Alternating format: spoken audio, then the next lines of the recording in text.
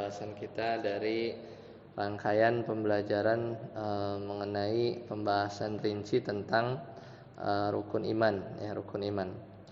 Terakhir kita di 2 pekan yang lalu, ya, kalau tidak salah di tanggal 11, ya. Sekarang tanggal 25, ya, atau sekitar tanggal 7 atau 8 Muharram 1445.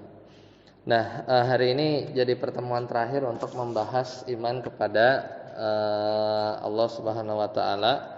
Ya, dimana kalau kita murojaah terakhir, ya, kita sudah membahas di 2 pekan yang lalu itu tentang bagian dari, ya, pembagian tauhid sendiri, ya, sudah kita jelaskan, ya, ada rububiyah, ya, ada uluhiyah, ada tauhid asma wa sifat, di mana sebenarnya secara inti tauhid itu enggak dibagi, ya, cuman justru orang-orang musyrikin lah yang secara tidak langsung mereka membagi tauhid, ya, makanya Al-Qur'an turun, bahkan Nabi, ya, Nabi Muhammad SAW itu diutus, ya, untuk menjelaskan bagian tauhid yang dicacati, ya, oleh kaum musyrikin, ya, makanya jadi seolah terbagi gitu, ya. Nah, kemudian rububiyah kemarin kita sudah bahas juga, ya. Ini kita sambil murajaah, ya. Jadi rububiyah intinya adalah 3 perkara, ya. Sebagaimana kita kalau di slide itu, ya. Kalau dilihat dari sisi tauhid, ya. Ya, itu di yang slide yang kemarin, ya. Yaitu adalah al-milk, yaitu kepemilikan, ya. Kemudian tadbir, itu pengaturan, ya. Itu dari pokok-pokok pembahasan tauhid rububiyah, ya, yang telah kita bahas kemarin. Satu lagi adalah al-khalqu, ya, itu penciptaan. Pokoknya rububiyah berkaitan dengan itu. Dalil-dalilnya banyak, ya, bahkan orang-orang musyrikin sendiri mereka percaya, ya, walain sa'altahum, ya, man khalaqas samawati wal ard, maka dia akan mengatakan sayaqulun Allah, maka yang menciptakan itu adalah Allah, menciptakan itu adalah Allah. Nah, itu sudah kita lewati pembahasannya. Nah, kemudian terakhir di dalil, ya.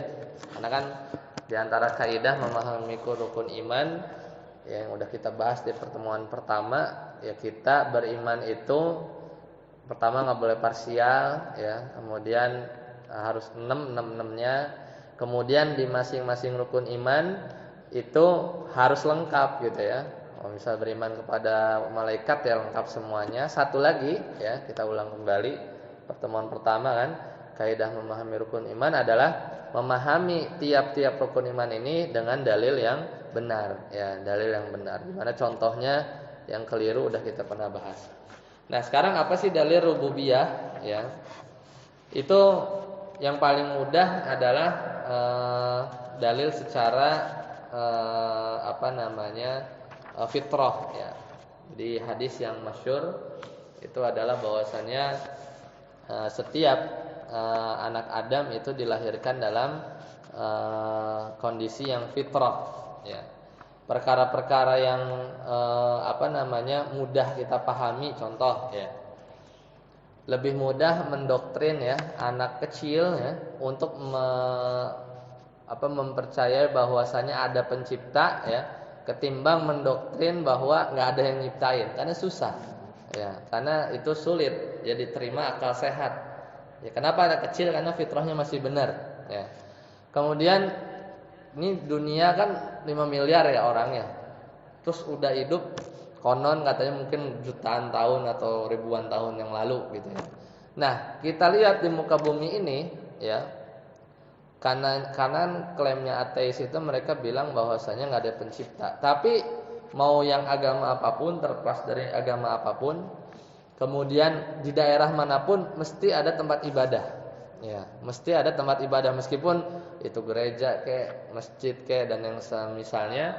Itu menunjukkan secara fitrah itu manusia itu beragama, ya. Adapun ateis ya atau orang yang nggak percaya adanya pencipta itu datang belakangan ya. Nanti kita coba jelaskan ya. Kemudian bukti-buktinya bahwasanya fitrah itu ada karena orang-orang yang tidak mengingkari adanya Tuhan itu mengingkari fitrah. Yaitu adalah ilmu-ilmu dasar ya yang kemarin kita bahas di pertemuan lalu. Yaitu misal ada akibat itu karena sebab ya. Satu lebih besar daripada tiga. Yang ringan ya lebih mudah diangkat ya, sunnatullah lah, sebab ya ada akibat ada sebab. Kemudian nggak mungkin bergabung dua hal yang kontradiktif ya, naik sama turun bersamaan bisa nggak gitu ya, atau coba bikin ya persegi 4 yang nggak ada sisinya gimana kan, ini nggak bisa yang kontradiktif dan seterusnya. Itu dalil yang pertama. Kemudian bukti adanya fitrah itu adalah adanya akhlak. Ya, orang ateis nggak paham dia atau menolak. Padahal mereka pun sebenarnya kalau ditanya atau suruh milih, ya, ini pertanyaan yang menjebak ateis ya. Wahai ateis ya, kau milih mana, surga yang sangat indah atau neraka yang membakar gitu kan?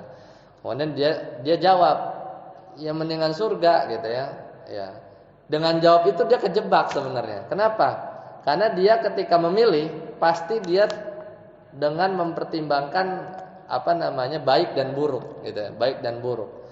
Sedangkan mereka ya dia bilang bahwa nggak ada timbangan baik dan buruk itu hanya relatif, nisbi. Nah, ketika dia jawab itu maka ya dia akan bingung ya. Pasti dia akan jawab ya di mana jawabannya itu dia akan timbang-timbang ya, dan itu bukti bahwa baik dan buruk itu bukan relatif ya, mesti ada secara nilai ya, dia sudah tertanam. Itulah bukti adanya fitrah. Kemudian fitrah juga buktinya adalah ada insting ya. Kalau hewan ya, hewan juga ada fitrahnya ya. Kalau hewan nggak punya insting, kenapa nggak ada hewan bunuh diri? Yang ada dia terus aja makan, ya tidur ya, berkembang biak gitu ya. Jadi itu insting, itu fitrah, dan itu bukti bahwa fitrah itu ada. Ya, fitrah ini ada. Ini kita mau membuktikan bahwa fitrah itu ada. Kemudian bayi baru lahir ya, kemudian dia akan nyari dengan sendirinya puting dari ibunya ya, dan seterusnya. Itu diantara bukti-bukti dalil fitrah yang menunjukkan bahwa Rabb itu ada. Ya, adapun dalil secara akal, ya, secara akal ini jauh lebih banyak ya, jauh lebih banyak. Yang pertama ya, mungkin secara akal itu yang biasa disebut para ulama disebut dalilul ijadi wal khalqi. Jadi dalil bahwasanya adanya penciptaan, ya, adanya penciptaan. Itu di slide yang kelima ya. Ya, jadi dalil bahwasanya Allah itu ada, itu adalah dalil penciptaan. Kenapa? Jadi kalau kita ngomongin makhluk ya, itu mesti ada dua model ya. Pertama, ada yang bisa dilihat ya, yang dilihat munculnya ya. Muncul itu kita bisa lihat, misalnya bayi ya kan. Bayi kan baru lahir, tahu lah ya dari USG-nya, lahir keluar, remaja dan seterusnya. Itu makhluk ada yang model begitu. Ada kemungkinan kedua, makhluk itu yang kita kagak tahu dulu tuh diciptainnya gimana. Sama matahari, gimana sih dulu gitu kan. Makhluk kan, makhluk. Ya. Kemudian langit, bintang, itu makhluk, tapi penciptaannya itu nggak bisa dilihat secara langsung. Ya. Maka ya untuk makhluk yang disebut oleh para ulama itu namanya hudus ya. Hudus itu tuh dari nggak ada jadi ada ya, dari nggak ada jadi ada, itu menunjukkan harus ada yang nyiptain, harus ada pencipta. Itu wajib, nggak mungkin. Misalnya ini logika sederhana ya, antum mau bikin kopi gitu ya, pasti kan ada yang nyuruh, ada sebabnya ya, misalnya diminta tolong. Nah yang nyuruh ini ada sebabnya lagi, yang sebabnya ini ada sebabnya lagi, sampai sebab di mana sebab itu berhenti, yang si sebab ini nggak punya sebab. Harus. Soalnya kalau nggak diputus, ya, atau tidak ada sebab yang dia berhenti, di mana sebab itu nggak punya sebab sebelumnya, itu bikin kopi nggak sampai tahun jebot juga nggak bakal terjadi. Ya nggak, paham nggak? Atau gini, kalau misalnya ini mau menunjukkan bahwa ya secara logika bahwa yang tadinya nggak ada jadi ada, itu konsekuensinya adalah harus ada yang pencipta atau harus ada sebab yang utama, yang sebabnya itu dia tuh nggak ada yang membuat sebab dia terjadi. Contoh misalnya ada seorang yang mesti dieksekusi gitu ya, misalnya karena hukuman mati. Maka si Algojo ini ada sebab kan yang membuat dia akhirnya eksekusi. Siapa? Atasannya. Atasannya ini juga harus ada sebab, itu atasannya lagi. Sampai ada atasan yang dia itu nggak ada yang nyuruh, gitu ya, nggak ada yang nyuruh, baru eksekusi itu jalan. Kalau enggak, terus saja sampai kapan itu eksekusi mati itu nggak akan terlaksana. Nah itu, jadi ketika kita melihat yaitu bahwasannya ada ciptaan yang kita nggak lihat, ya, atau kita bisa melihat terjadinya, mesti ada sebab yang menjadikan itu, yaitu adalah mencipta. Kalau bahasa orang yang beragama, karena kalau bahasanya orang-orang ateis itu dia nggak nyebut Rob, tidak menyebut Rob, tidak menyebut Kholik, apalagi Kholik ya. Dia paling nyebut al-musabbibu ya. Itu yang menyebabkan lah gitu, kurang lebih. Itu bahasa mereka. Jadi itu dalil penciptaan. Kemudian secara akal, dalil yang lain itu di slide nomor 5, namanya ada dalilul inayah. Inayah itu adalah keselarasan atau perhatian.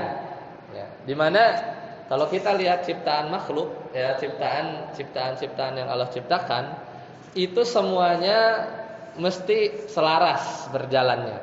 Ya, nggak ada sesuatu yang dia itu keluar dari jalurnya, kecuali ada artifisial ya, misalnya air dia jalannya itu dari bawah ke atas, dipompa itu namanya, dipompa. Secara awal itu udah serasi, kemudian matahari muter kemudian nyebabin 4 musim gitu ya. Itu nggak mungkin nggak ada yang mengatur itu, kalau nggak kacau. Kemudian dalil yang selanjutnya yang ketiga, ada yang disebut dalilul itqan wal ihkam, yaitu dalil di mana dalilnya itu adalah dalil keindahan. Makanya kata seorang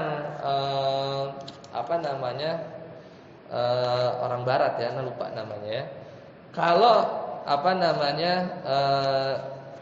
ciptaan ini itu enggak ada keindahannya ya.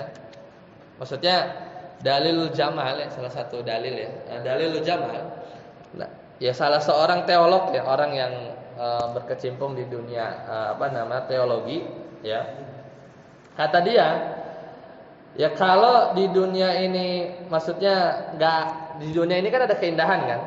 Nah, justru keindahan itu menunjukkan bahwa di situ ada yang nyiptain. Kenapa? Karena kalau misalnya keindahan itu nggak ada, ya, maka nggak ada tuh. Maksudnya kalau misalnya ada laki ada perempuan gitu ya. Kalau semata-mata laki perempuan ini buat berkembang biak, itu nggak ada tuh istilahnya cakep ganteng, pokoknya intinya bisa beranak aja, ya kan, satu ya. Kemudian misalnya kalau misalnya langit itu cuman fungsinya gitu ya, padahal langit indah banget kan, itu fungsinya buat turunin hujan aja, ya udah bikin aja yang seadanya gitu, seadanya. Cuman di dunia ini tuh nggak ada yang seadanya asal jadi gitu. Semuanya itu indah. Kalau kita bayangkan gitu ya. Kalau seandainya tumbuhan yang ada itu buat makan, ya buat ngenyangin perut atau makhluk, ya ciptain aja. Tapi nggak usah lah ada bunga yang ungu, yang harum gitu. Ya itu bukan esensi adanya makhluk itu. Kalau memang makhluk tersebut adalah semata-mata buat jadi dirusak atau dimakan gitu ya. Ya, dan seterusnya. Atau kalau misalnya esensi manusia hidup di sini ya di alam ini adalah butuh oksigen ya. Ya udah oksigen aja diciptain. Nggak usah lah pakai harum katsuri atau ada nitrogen lah apa gitu. Kalau semata-mata tujuannya adalah hidup. Tapi justru indah ya. Dengan berapa persen tuh ya? 21% ya. 21% oksigen itu, sisanya nitrogen. Padahal nitrogen itu yang ngolah siapa? Tumbuhan kan. Sehingga tumbuhan itu banyaknya ya selain CO2 kan dia akan ini nitrogennya baru munculin oksigen. Sayangnya oksigen semua. Wah, bisa jadi gampang meledak ini ya karena segitiga api kan. Segitiga api kan ada oksidasi di situ. Nah, dan yang kelima adalah ya dalil secara akal itu adanya atau dalil rububiyah adalah adanya mukjizat ya para nabi. Nah, di mana mukjizat itu namanya mukjizat itu adalah definisinya sesuatu yang keluar dari kebiasaan manusia. Mau yang aneh-aneh lah, ya kan? Itu yang dimiliki para nabi. Itu bukti adanya roh ya. Kalau semuanya kebetulan, lah ini yang mukjizat ini siapa yang ngatur? Karena dia beda sendiri ya, nggak ngikut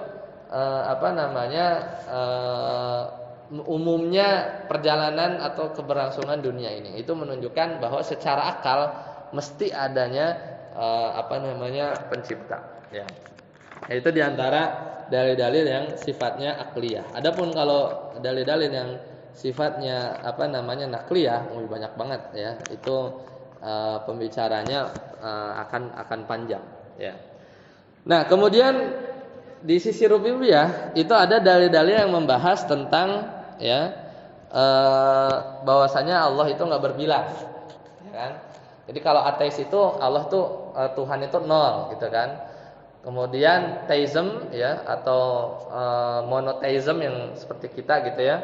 Itu Tuhan cuma satu, ya kan?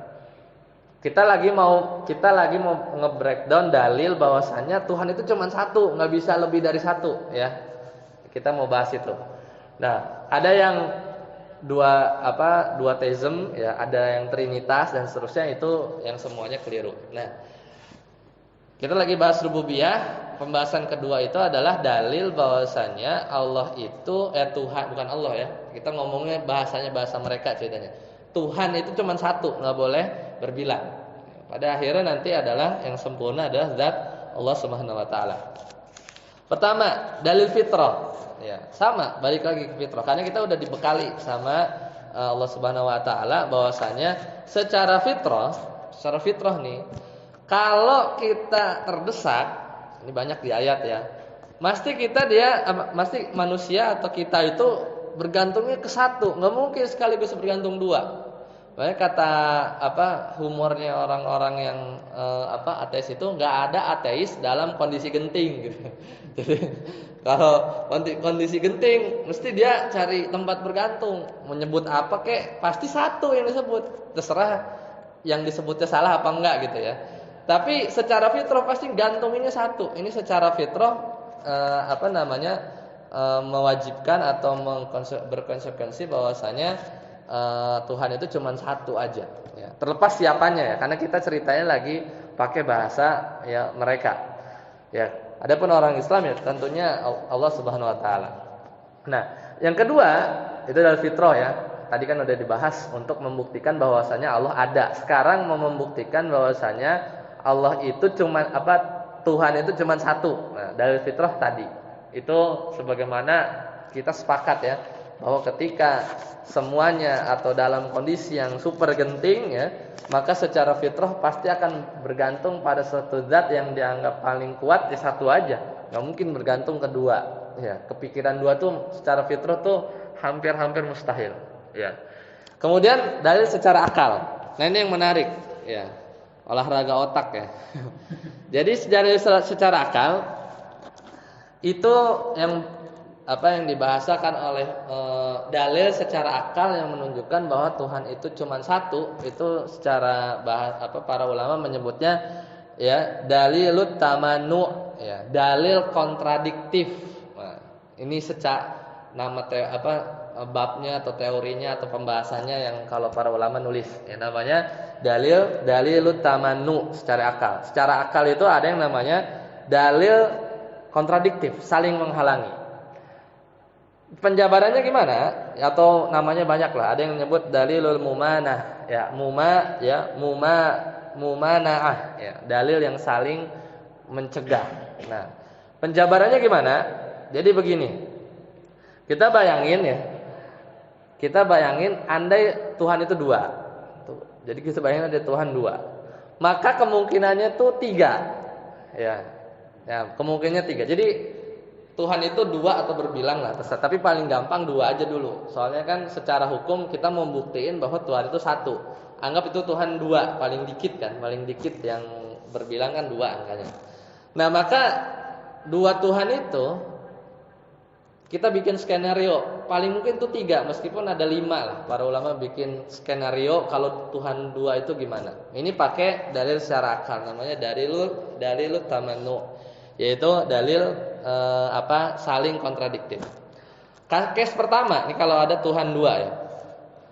Kedua Tuhan ini ya, Tuhan A atau Tuhan B ya, itu saling menguasai satu sama lain, saling makan gitu ya, saling menguasai satu sama lain. Maka ini mungkin nggak? Nggak mungkin. Ya, kenapa? Karena nanti terkumpul secara ilmu darurat yang kita udah bahas di pertemuan sebelumnya, menguasai dan juga dikuasai itu bergabung dalam satu kondisi. Itu mustahil. Jadi case satu coret, ya, case satu coret. Jadi ada Tuhan dua nih.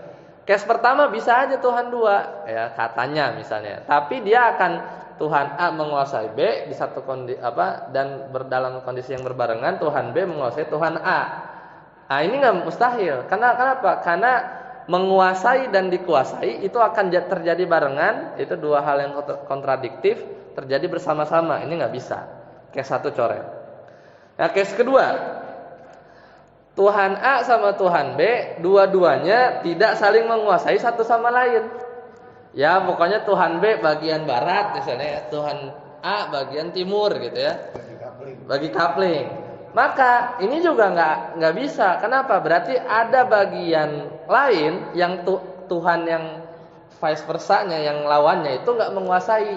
Itu nggak bisa jadi Tuhan. Karena Tuhan itu harus maha sempurna. Intinya dua-duanya lemah.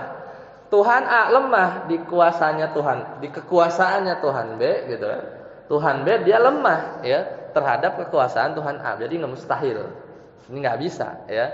Nggak bisa secara dalil tamannu ya. Ini nggak masuk akal. Ini kan kita lagi ngomongin bukan pakai dalil ayat ya, pakai dalil akal.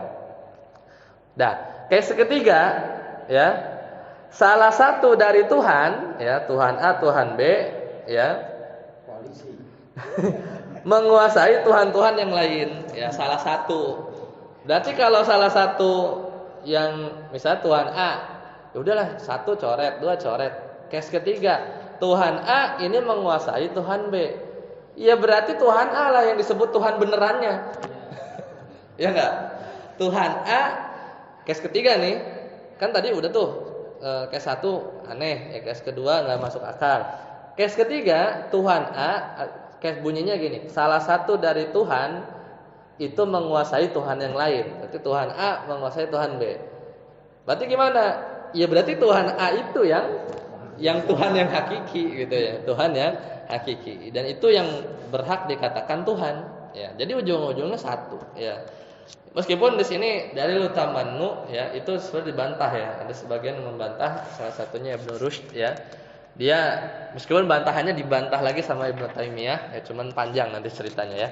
Jadi secara akal ya kita bisa lihat ya, kita bisa memahami dengan mudah lah ya. Nah, ya kemudian dalil-dalil secara secara nas itu banyak ya. Dari secara nas itu banyak yang berkaitan bahwasanya Allah itu hanya satu ya, hanya satu. Nah, sekarang kita bahas ahkamut tauhid. Itu di halaman yang ke-6. Jadi apa sih hukum-hukum yang berimplikasi dari kita mempelajari hukum tauhid? Ya pertama ya kita jadinya kan tadi udah ya. Allah ada nggak ada? Dalilnya tadi udah sebutin. Allah cuman Tuhan cuman satu, ya. Kita dalil akal atau fitrah juga masuk, pokoknya jadi satu ya. Itu salah satu caranya ya. Nah, hukumnya ya setelah kita udah berhasil ceritanya udah berhasil membuktikan bahwasanya Tuhan itu ada dan Tuhan itu cuma satu doang, maka implikasinya apa? Itu disebut namanya ahkam ya, hukum-hukum ya yang turunan ya daripada tauhid rububiyah. Pertama yang udah kita bahas di pertemuan sebelumnya, bahwasanya nanti kita ya hanya mengesahkan Allah ya. Jadi balik lagi, sebelum muncul kata Allah tuh berarti gimana menyambungkannya? Yang memenuhi kriteria itu cuman Allah Subhanahu wa taala, enggak ada lagi gitu ya. Maka setelah itu kita mengesahkan Allah ya dalam al-mulk ya, kepemilikannya, dalam al-khalq, penciptaannya, dan dalam tadbir, pengaturannya. Itu satu. Ya, itu namanya hukum yang berimplikasi dari kita paham ya, yakin bahwasanya dari sisi rububiyah Allah. Nah, yang kedua, bahwasanya Allah menciptakan apa aja ya sesuai yang Allah kehendaki. Surat Al-Buruj ya, fa'alul lima yurid ya, fa'alul lima yurid. Kemudian yang ketiga, bahwasanya dengan kita udah sepakat ya di tauhid rububiyah, maka konsekuensinya kita juga harus ya mentauhidkan Allah di sisi uluhiyah. Ya, sebagaimana yang udah kita bahas di pertemuan sebelumnya. Toh dia yang ngatur ya, toh dia yang ciptain, toh semuanya milik Tuhan ini. Iya, kita enggak bolehlah beribadah selain pada Tuhan ini. Karena yang selain daripada Tuhan ini yang sudah terbantahkan tadi ya, pakai dalil macam-macam tadi, itu dia nggak punya saham dalam menciptakan, nggak ikutan juga ya, nggak ikutan lah, ikutan bantu juga nggak ya, punya saham ikut ngebantu ya, kemudian apalagi memiliki juga nggak, ikut ngatur juga nggak ya, ciptain enggak, ngatur aja enggak ya, ngatur aja enggak lah, itu semua nggak ada, pokoknya nol semua, kenapa disembah? Nah, makanya konsekuensinya adalah di uluhiyah itu ya kita harus bertauhid. Cuma nanti pembahasannya lain. Kenapa kok banyak syirik? Karena bukan nggak ngerti yang itu, ya. Sebenarnya ngerti, cuman ada sisi lain. Ya, ada sisi lain nanti yang kita bahas di tauhid uluhiyah. Nah, kemudian ahkam selanjutnya, ya, tauhid rububiyah juga berkonsekuensi pada kita mengimani tauhid asma wa sifat. Nanti kita bahas. Ya, jadi itu udah percaya, ya kita juga akhirnya harus percaya bahwa Allah punya nama ya dan juga punya sifat ya, punya sifat ya, itu diantara ahkam dari hukum-hukum tauhid rububiyah ya, tauhid rububiyah. Nah, kemudian dan semua ini ya, ini diimani ya sama kaum musyrik ya, kaum musyrik Quraisy, yang dimana Nabi Muhammad SAW justru inti dakwahnya di situ ya, inti dakwahnya di situ. Ya pokoknya kalau ditanya siapa yang ciptain, ya Allah gitu kan. Bahkan mereka bersumpah dengan nama Allah.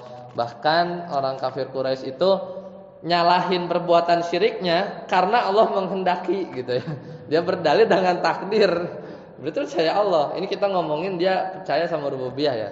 Bahkan dia berbuat syiriknya aja dia bilang ini udah takdir Allah. Berarti kurang percaya apa lagi sama Allah, orang dia percaya takdir gitu kan. Cuman dia berdalil dengan takdir untuk perbuatan syiriknya ya. Itu diantara ya kalau kita lihat ya banyak orang musyrik dulu itu nama anaknya Abdullah coba. Itu namanya Abdullah, kemudian ngagungin Ka'bah dan seterusnya. Itu tidak diragukan lagi, makanya 13 tahun ya kita udah dengar ya cerita sirah Nabi sallallahu alaihi wasallam itu benar-benar mau mendakwakan tauhid ya, mendakwakan tauhid. Nah, sekarang ya sebelum kita loncat ke yang uluhiyah ya. Sekarang penyimpangannya apa? Ya, penyimpangannya apa? Itu di slide yang mau berapa nih ya? 7 ya, 78. Nah, di antara pembatal-pembatalnya, pokoknya yang bikin di bab rububiyah kita jadi enggak sempurna gitu ya. Ada banyak ya. Pokoknya yang menyalahi aturan-aturan tadi gitu ya, menyalahi aturan-aturan tadi. Ya, misalnya ya di antara yang membatalkan itu adalah ateisme. Nah, itu yang makanya zaman sekarang apalagi zaman medsos itu luar biasa ya. Ateisme itu udah dari dulu, zaman Blogspot, WordPress itu ya. Itu udah ada banyak itu apa namanya web-web itulah. Nah, yang di situ apa namanya banyak para dai yang sedikit yang masuk ke situ. Ya. Kenapa? Karena modalnya memang nggak bisa pakai dalil ayat, susah ngomong sama mereka, harus pakai itulah muter-muter itulah apa dalil logika. Nah, yang ngebatalin salah satunya adalah al-qaul bi adami rabb. Orang ngomong bahwa Rob nggak ada atau bahasa kerennya sekarang adalah ateis. Ya. Itu satu pembatalnya. Nanti kita lihat, kita jelasin sedikit. Kemudian ada orang yang ngomong ya al-qaul bi ta'addudil apa namanya alihah. Ya, orang yang ngomong bahwasanya Tuhan itu berbilang banyak. Apa namanya? Itu ada yang dualism ya atau duotheism ya. Trinitas itu lebih tiga atau yang lebih banyak lah, atau yang lebih banyak. Kalau melanggar ayat apa mau ya jelas qul huwallahu ahad ya. Ya ayat-ayat kita hafal lah itu kita udah paham. Nah, contoh yang ateisme atau yang ateisme nanti kita bahas, yang dualisme ya, dualisme. Contohnya Majusi ya. Majusi itu mereka meyakini bahwa ada dua kekuatan besar ya, yaitu cahaya ya sama api meskipun dia mengunggulkan api ya. Jadi ujung-ujungnya sebenarnya satu juga. Jadi kalau ada dia dualisme ya, cahaya sama api. Tapi sebenarnya kalau ditanya jagoan mana, api. Berarti yang kayak tadi kan, case yang ketiga kan. Jadi api lebih besar, lebih kuat daripada cahaya versi mereka. Kemudian Sunawiyah, mungkin sekarang nggak tahu ada apa enggak ya. Itu mentuhankan Tuhannya dua, cahaya sama gelap. Ini mungkin yang di ini ya, yang di Al-Qur'an Ibrahim itu kan nuhanin apa matahari, kemudian itu bukan beliau, cuman itu apa nyindir. Saya lihat Tuhan matahari tapi terbenam nggak jadi bulan muncul gitu kan. Itu cuma nyindir supaya mikir ya di surat apa itu ya? Nabi Ibrahim. Nah, ini ada agama-agama namanya Sunawiyah ya, dia meyakini cahaya sama gelap dua ya. Nah, kemudian yang Trinitas, ini udah kita kenal ya. Meskipun mereka bilang apa namanya? Trinitas itu adalah tiga dari yang satu, ujung-ujungnya satu juga. Ya, meskipun ada Tuhan Bapa ya, Tuhan Anak, Tuhan Roh Kudus gitu ya, tiga ini Trinitas, tapi dia menyatakan tiga ini ekivalen satu, ujung-ujungnya dibawa ke satu-satu juga. Ya, kenapa nggak satu aja gitu kan? Ya, kenapa nggak satu aja? Itu diantara yang membatalkan lah ya. Kita udah tahu. Ya. Kemudian, nah diantara yang membatalkan juga adalah orang yang berpendapat di pertemuan pertama sempat kita singgung, yaitu al-qaul ya biqidamil alam. Orang yang berpendapat bahwa alam itu qadim atau azali.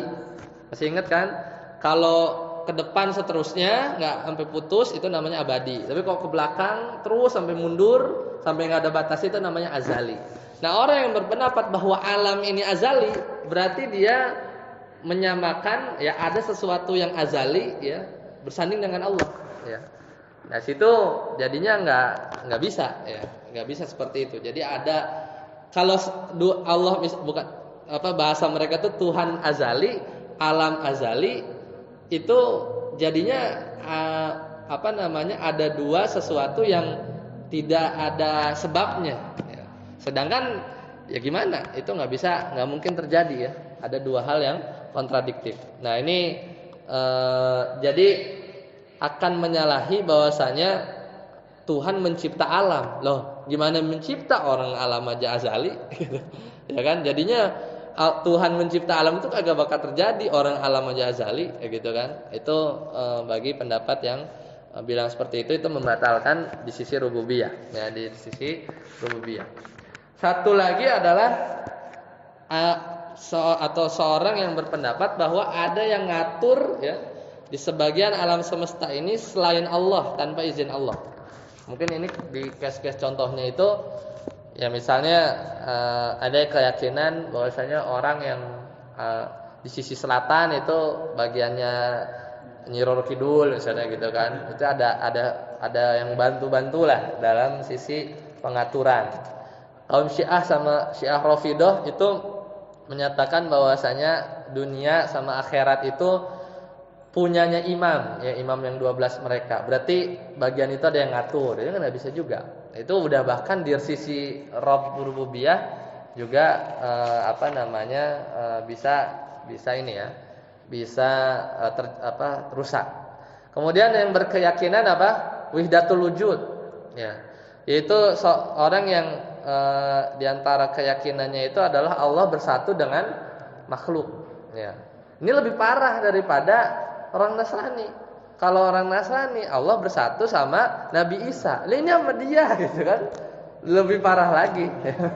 Lebih parah lagi. Makanya ini di antara keyakinan yang ekstrimnya ya. Jadi merasa bahwa Allah itu bersatu sama makhluk ya. Entah gimana caranya anak enggak paham ya. Dan seterusnya ya. Allah taala alam bisawab ya. Nah, itu ya contoh pembatal. Nah, kemudian kalau ateis, ateis ini kalau di slide ya, itu ada di slide 9 sama 8. Ini sebenarnya macam-macamnya banyak ya. Macam-macamnya banyak. Ya, cuman memang enggak bisa kita samain ateis itu sama ya. Jadi karena jenisnya tuh macam-macam. Kalau yang benar-benar menolak mungkin udah hampir enggak ada ya. Mungkin sudah hampir enggak ada, tapi yang disebutnya weak atheism itu yang ateis lemah itu soalnya kalau yang menolak benar-benar enggak ada itu dia akan lawan agama yang banyak tuh 5 plus berapa lah agama yang ada gitu ya. Karena kan semua agama ngaku ada Tuhan kan. Dia harus sendirian nih yang ngelawan semua ini, keroyokan gitu kan. Makanya yang muncul itu ateisme yang lemah. Jadi yang lemah ini nanti dibagi dua ya, dibagi dua lagi. Itu karena ateis yang sifatnya itu memang sebenarnya dia tuh menuhankan hawa nafsu ya, supaya dia bebas ya dari mau bebas maksiat dan seterusnya ya. Kemudian ada ateis yang karena ilmu sains ya, contohnya banyak ya. Misalnya teori-teori yang menunjukkan bahwa bahkan ada buku fisika itu membuktikan bahwa God itu doesn't exist ya. Jadi ya membuktikan itu. Kemudian ada yang ateis secara filsafat ya. Kemudian ateis yang secara perasaan dia aja kayaknya nggak ada nih gitu ya, nggak ada Tuhan gitu ya. Ada ateis yang berseputar itu. Intinya kalau kita kaitkan dengan hadis Nabi bahwasanya subhatnya itu ya dari setan semua ateis ini. Semua macam yang mana ya, ateis yang perasaan ateis yang secara akal, ini ada yang orang filsuf ya, orang yang ilmu ya, sains. Ada ateis yang syahwat ya, pokoknya supaya dia bebas ya. Ini semuanya ya karena subhat ya, subhat-subhat yang ada, yang hadis panjang ya, riwayat Imam Bukhari dan Muslim. Pokoknya setan itu akan giring gitu kan. Siapa yang ciptain kamu? Allah. Terus sampai siapa yang ciptain Allah gitu kan. Dia bingung gitu kan. Maka solusinya kata Nabi cukup ya, ta'awud ya. A'udzubillahi minasyaitonirrajim ya. Kemudian amantu billah. Udah, stop aja. Nah, di antara syubhat-syubhatnya, syubhat ateis yang umum ya, yang umum aja ya, yang detail sebenarnya banyak. Kata orang mereka yang macam-macam ini, dia punya klausa semua ini terjadi dengan tiba-tiba. Semuanya tiba-tiba. Tiba-tiba ganteng gitu, tiba-tiba cakep, tiba-tiba ya gitulah. Bumi ada tiba-tiba lahir gitu ya. Makanya ledekan yang teism ya, semua agama lah ya, yang beragama gitu ya. Sebenarnya ateis itu Tuhannya itu Tuhan kebetulan gitu ya. Dia menuhankan kebetulannya gitu. Jadi Tuhan manusia ateis itu sebenarnya kebetulannya itu. Ya, ada orang ateis dari Mesir ya. Dia punya teori kebetulan itu, lupa bahasa Arabnya apa. Intinya dia meninggalnya bunuh diri, ya, bunuh diri. Jadi sebenarnya karena nggak kepuas dengan kehidupan yang ada. Maka bantahannya gampang, yaitu pakai ilmu dasar yang kemarin kita pelajari aja, yaitu setiap akibat pasti ada sebab. Ya, setiap akibat pasti ada sebab. Ya, Abu Hanifah rahimahullah ya, itu dialog yang ada di sebagai riwayat ya.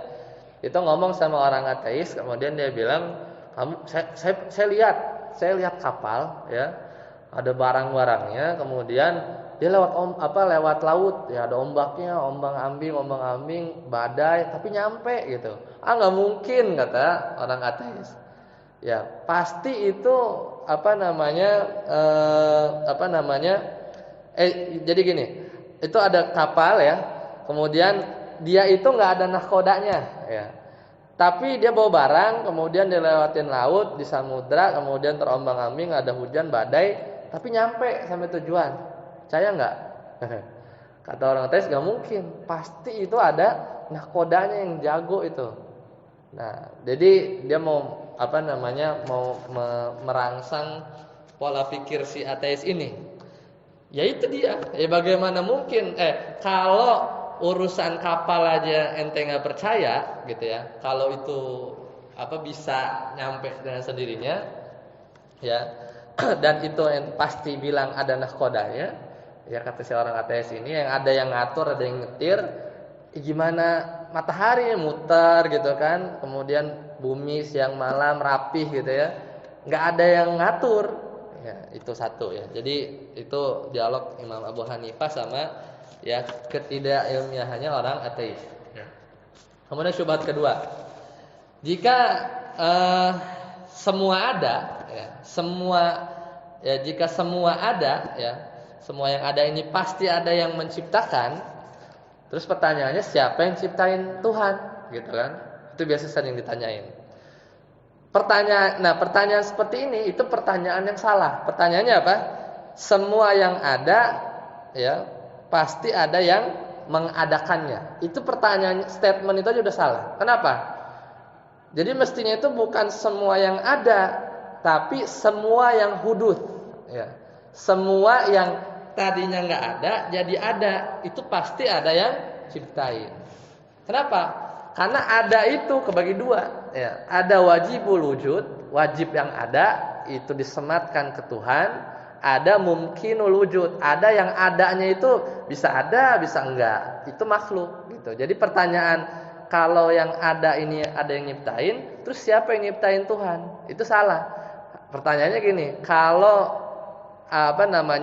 yang hudud ini ada yang ciptain, nah itu baru statement yang benar. Ya, jadi secara pertanyaannya sudah salah. Ya, secara pertanyaan sudah salah. Jadi dia memaksa Tuhan itu ya sebagai mumkinul wujud. Padahal kita mundur lagi nih. Jadi kalau dia nanya gitu, kita jelasin dari awal. Tuhan ada nggak gitu dulu, jelasin gitu kan. Terus Tuhan satu apa berbilang, jelasin dulu, baru bahas pertanyaan kayak begitu ya. Terus yang nyiptain Tuhan siapa gitu. Itu pertanyaannya salah. Kenapa? Karena Tuhan itu ya wajibul wujud. Ya dia itu ada tanpa sebab. Kayak tadi orang bikin kopi ya, pasti ada yang nyuruh. Yang nyuruh ada sebabnya lagi, entah lapar atau apa. Harus berhenti sampai sebab di mana dia itu sebabnya itu nggak ada yang nyuruh. Kalau diterusin terus nggak ada habisnya, itu bikin kopi nggak jadi-jadi. Bikin kopi nggak jadi-jadi. Sama. Ciptaan juga sama. Ciptaannya harus mencipta. Terus mundur harus sampai satu zat yang dia itu stop ya. Kalau enggak, ciptaannya kagak ada gitu ya. Jadi kalau dipaksa terus, itu ciptaan apa misalnya kambing itu kagak bakal ada. Ya kalau ditarik mundur terus gak berhenti, ya harus berhenti. Itu secara logika harus memaksa seperti itu. Ya harus memaksa seperti itu. Nah, kemudian ya di antara syubhat yang lain adalah ya yang mudah lah aja ya. Ya, kalau sebagian alam ya misalnya terjadi dengan sendirinya. Misalnya kata mereka kan teorinya kebetulan gitu ya. Ya, sementara ya, jadi kan syubhat mereka, sebagian alam ini kan terjadi dengan sendirinya. Ya, alam yang itu sebenarnya pembahasan tadi, makhluk, ada makhluk yang hududnya itu nggak kelihatan. Kayak matahari itu gimana sih awalnya kita nggak lihat kan. Tapi kalau yang kayak kambing beranak, tumbuhan itu kan kelihatan ya dari biji. Memang makhluk ada dua tipe. Ada yang hudusnya itu kelihatan dari awal penciptaannya, kita bisa lihat. Ada yang makhluk tuh emang kita pas udah ada tuh, dia udah ada. Jadi kayak seolah tuh dia azali. Nah, itu kan yang apa namanya? Pola pikir yang mungkin jadi bingung orang kalau nggak belajar gitu. Padahal sebenarnya makhluk itu sebenarnya dia ada, awalnya itu ada ya. Jadi ada awalnya pasti ya sebelum dia diciptakan. Nah, sementara ya bagian dari alam ini kayak misalnya manusia, hewan dan lain-lain ya, justru ya terjadi belakangan. Nah, ini gimana yang alam terjadi sendirinya sementara ada anggota di alam ini yang terjadi belakangan. Ini nggak masuk akal kata orang-orang ateis ya. Ini kata mereka nggak masuk akal. Ya maka ya kita pahami bahwa alam itu kan apa? Benda mati kan, kayak bumi, tata surya, galaksi, ya laut dan yang lain dan semuanya itu dia nggak punya kehendak karena dia apa namanya tidak memiliki kehendak untuk mencipta. Ya, makanya yang anggota-anggota alam ini kayak misalnya manusia, hewan dan lain-lain itu yang ciptain hanya Tuhan yang sama dengan menciptakan alam. Nah, itu syubhat mereka. Terus sobat yang paling sering katanya Tuhan ada, kok saya nggak bisa lihat gitu. Emang nggak bisa Tuhan itu nunjukin dirinya gitu ya, supaya saya percaya Tuhan itu ada. Ya jawabannya gimana kira-kira?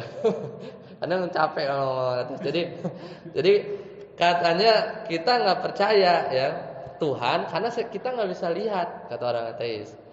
Terus kalau Tuhan ada emang apa susahnya sih dia nunjukin diri gitu, nantangin ya orang. Ya kalau kita bawa case ke agama Islam hancur gunung gitu. Cuman kalau Tuhan yang lain nggak tahu bisa munculin diri nggak gitu kan. Cuman kalau dibawanya ke agama Islam repot gitu. Kalau suruh nampakin diri Nabi Musa aja mental kan alaihissalam. Maka subhatnya ya mudahnya itu nggak setiap yang nggak harus ya menunjukkan adanya sesuatu itu harus kelihatan gitu ya. Banyak biasanya para ulama contohinnya misalnya kayak angin gitu kan. Atau gampang misalnya gini. Untuk membuktikan Pak Eko ada misalnya, itu apakah harus kelihatan? Enggak kan? Lihat ada sendalnya kan? Oh ada sendalnya gitu kan. Mobilnya ada. Jadi eksisnya zat tersebut nggak harus zatnya itu dilihat, tapi ada indikasi-indikasinya, gitu kan? Misal listrik ada nggak? Coba pegang colokan gitu kan? Ya nyetrum baru, oh ya ada, ya tapi kan nggak kelihatan tuh si elektron dan lain-lain itu kan. Jadi poinnya adalah untuk membuktikan ya, membuat evidence bahwa itu ada, itu nggak mesti kelihatan, tapi bisa dilihat dari indikator yang sama. Allah juga nggak mesti harus dilihat untuk membuktikan dia ada. Toh nanti juga kita bisa lihat, ya. Jangan percaya apa enggak gitu ya, percaya atau tidak. Bahkan orang-orang yang ateis, yang orang-orang sains itu, dia tuh neliti yang kagak ada, bukan nggak ada, neliti yang kagak kelihatan, tapi dia yakin ada. Elektron ada, neutron ada, gitu kan? Dia neliti itu, ada ini, tapi dia nggak bisa lihat nggak? Awalnya nggak bisa lihat, mungkin dia bikin, dia sampai lihat sampai ada yang mungkin nggak bisa dia lihat. Yang gravitasi, bisa lihat gak dia? Padahal itu teori yang kalau istilahnya kan di fisika ya, cuman fisika medis itu ada juga teman yang fisikanya teori itu apa ya, disertasi theoretical fisik gitu kan? Itu ngomongin teori gitu kan, dan kadang banyak yang arah-arahnya tuh ke sana gitu ya, maksudnya yang inilah ngerempet ke ketuhanan gitu ya, karena biasa deket gitu kan, namanya manusia tuh mikir ujungnya tuh mau buktiin God itu ada banget, tapi ya dengan kapasitas makhluk yang terbatas gitu ya. Jadi seperti itu ya. Jadi banyak sobat-sobat yang biasa dilontarkan oleh mereka. Nah, sekarang kita masuk ya sedikit ke yang uluhiyah ya, kita nggak bahas banyak. Nah, tauhid uluhiyah, nah ini tadi sebenarnya kalau rububiyahnya udah dikunci ya, udah paham, sebenarnya harusnya udah otomatis. Cuman kok banyak yang jatuh itu karena kalau dari sisi Tuhannya mah udah clear ya. Maksudnya sejelas orang musyrikin memahami Tuhan itu ada, yaitu Allah Subhanahu wa taala. Cuman ada sisi lain yang akhirnya kok dia terjatuh gitu. Dan gara-gara ini tauhid yang tadinya satu jadi pecah-pecah gitu bahasnya, rububiyah, uluhiyah. Itu karena tauhid uluhiyah itu ngomonginnya adalah af'alul ibad. Perbuatan di kitanya, bukan dari tadi kan kita ngomongin zat Tuhan kan. Tapi kalau di sisi uluhiyah ini memang yang enggak mereka pahami orang-orang musyrik itu adalah dari af'alul ibad. Perbuatan kita gitu. Akhlak kita ke si Tuhan itu gitu ya. Itu yang jadi bias ya. Yang akhirnya banyak penyimpangan di situ. Salah satunya adalah memaknai makna ibadah ya, memaknai makna ibadah biasanya. Jadi ibadah itu dipahami hanya misalnya sebatas salat ya, misal zakat. Ini salah satu asal usulnya. Kemudian yang sifatnya itu yang biasa kita lakukan lah. Tapi kayak misalnya takut, ya nggak kelihatan tuh, takut, harap, misalnya tawakal, nyembelih gitu ya. Itu kan kayak bukan ibadah gitu ya. Makanya di situ ada kerancuan yang biasanya sebagian orang akhirnya dia melakukan itu untuk bukan kepada Allah Subhanahu wa taala. Ya, jadi akhirnya muncul syirik ya, yang istilahkan dengan syirik. Pembahasan sendiri ini ada kitab-kitab yang membahas itu. Ya, cuman berkaitan dengan syirik ya, biasanya syirik besar ya. Syirik besar itu contohnya aja ya, misalnya menyembelih kepada selain Allah, berdoa ya. Ini kan yang kelihatan ya, kita juga paham lah ya kalau bagian-bagian ini. Kemudian nazar ya, nazar pada selain Allah, minta perlindungan ya. Itu diantara contoh-contoh yang kalau kita palingkan kepada selain Allah itu jatuhnya syirik besar. Kemudian syirik kecil ini detailnya banyak, misalnya riya ya, kita riya, kemudian beramal akhirat untuk mencari dunia misalnya. Apalagi misalnya pakai jimat ya, pakai jimat, tatoyur tuh bahasa kitanya tuh pamali gitu ya. Kemudian tabaruk ya, ini bisa masuk ke tabaruk yang enggak syar'i ya. Itu bisa masuk ke hal-hal syirik kecil. Cuman detailnya kita perlu waktu panjang. Itu diantara contoh-contoh kesyirikan. Nah, sebabnya ya, diantara sebabnya ya yang biasa ya. Dulu itu sebenarnya ada sebab paling kalau zaman sekarang itu salah atau biasanya menerjemahkan la ilaha illallah itu ya. Kan kalimat tauhid itu kan di la ilaha illallah gitu. Sebenarnya kalau kadang dipahami tidak ada Tuhan ya, tidak ada Tuhan ya. Yang berarti Tuhan mindset mereka ya, yang menciptakan selain Allah. Ya kalau terus itu udah itu yang dipakai. Padahal sebenarnya kalau kita lihat dari tatanan bahasanya itu pakainya tuh ilah, bukan tidak ada rob ya, tapi tidak ada ilah. Sedang ilah itu adalah asal usulnya dari kata aliha ya, atau makluh itu kayak yang disembah, diibadahi. Jadi menerjemahkan la ilaha illallah itu bukan tidak ada Tuhan yang bisa menciptakan kecuali Allah. Jadinya nanti kalau dia sudah melakukan itu, ya saya percaya nggak ada Tuhan yang bisa menciptakan kecuali Allah. Berarti dia udah dianggap bertauhid sempurna, padahal bukan. Ya, di kalimat tauhid itu yang ditekankan itu adalah tidak ada ilah yang berhak diibadahi kecuali Allah. Nah, di situ satu yang biasanya ilah itu harus dipahami sebagai ma'bud ya, atau makluh ya, sesuatu yang diibadahi, bukan la khaliqa gitu ya. Tidak ada pencipta ya, illallah. Itu jadi merasa udah bertauhid karena Saya enggak tuh nggak meyakini bahwa tidak ada. Saya meyakini bahwasanya hanya Allah saja yang menciptakan dan berarti udah udah merasa bertauhid, yang mengamalkan kalimat tauhid itu, padahal belum. Akhirnya jadi salah paham ya. Makanya nanti kalau memahaminya salah, misalnya ada hadis yang bunyinya ya Allah melaknat orang yang menyembelih kepada selain Allah. Itu padahal harusnya apa? Orang yang tadi salah paham memaknai hadis tentang tadi, misalnya Allah melaknat orang yang menyembelih ya kepada selain Allah. Itu baru syirik kalau ya orang tersebut meyakini ada pencipta selain Allah gitu. Baru syirik gitu.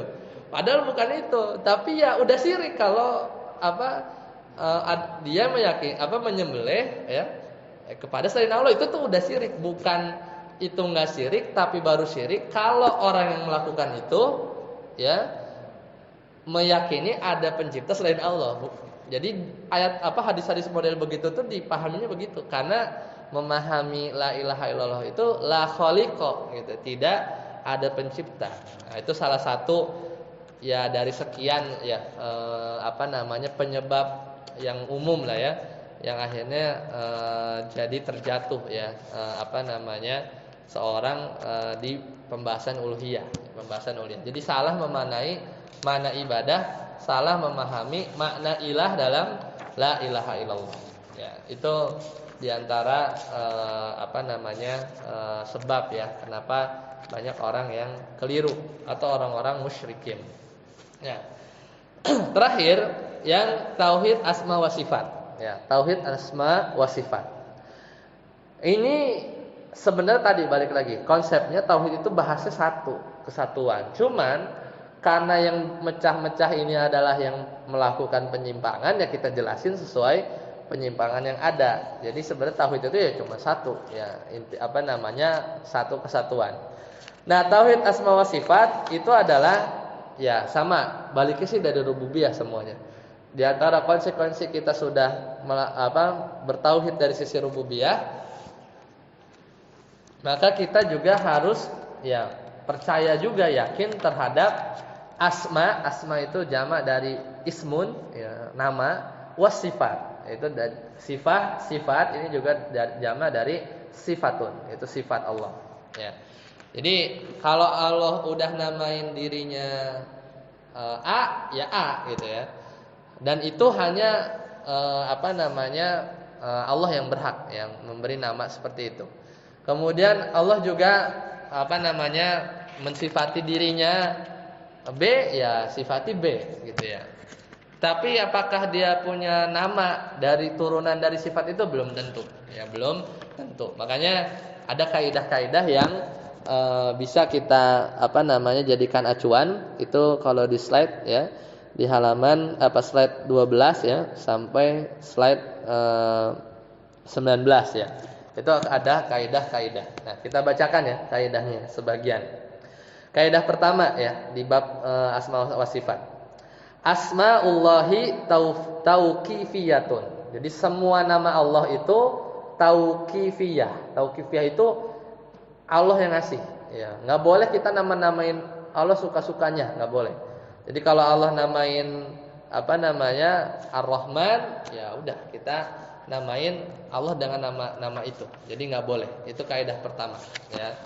Dalilnya ya walillahil asmaul husna, dan bagi Allah nama, ya nama. Jadi Allah yang kasih nama, ya nggak boleh kita kasih nama yang lain. Ya. Ya kemudian adapun sifat, ya kalau sifat ya itu tertentu, ya tertentu. Misal Allah kasih mensifati dirinya dengan kalam, ya itu berbicara. Apakah Allah punya nama mutakalim? Enggak. Kenapa? Karena kalau dikasih nama berbicara, kalau di yang lain, maksudnya misalnya makhluk, ya maka makhluk berbicara.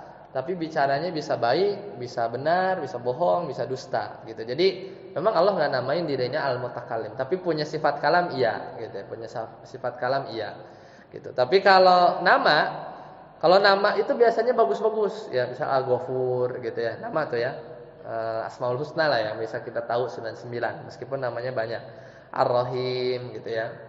Nama-nama ini sebenarnya boleh makhluk pakai nama tersebut, tapi biasanya diawali dengan Abdu misalnya. Kecuali satu nama, yaitu Rabb dan Allah. Allah nggak boleh ada nama orang KTP-nya Allah gitu, nggak boleh. Harus diganti itu namanya ya, nggak boleh. Bahkan kalau di bahasa Arab sendiri itu lafuz isim ma'rifah. Udah belajar belum isim ma'rifah? Nakirah ma'rifah. Jurumnya. Nakirah sama ma'rifah belum? Belum ya.